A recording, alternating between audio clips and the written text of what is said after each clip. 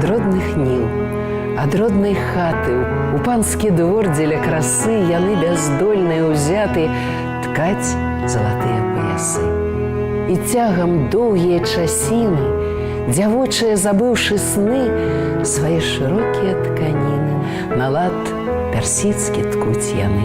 Зияе неба з-за акна, і думкі мкнуцца мімаволі туды, дзе расцвіла вясна, дзе блішча збожжа ў яснай далі, сінеюць міла васількі, халодным срэбрам зяюць хвалі, між гор ліючайся ракі.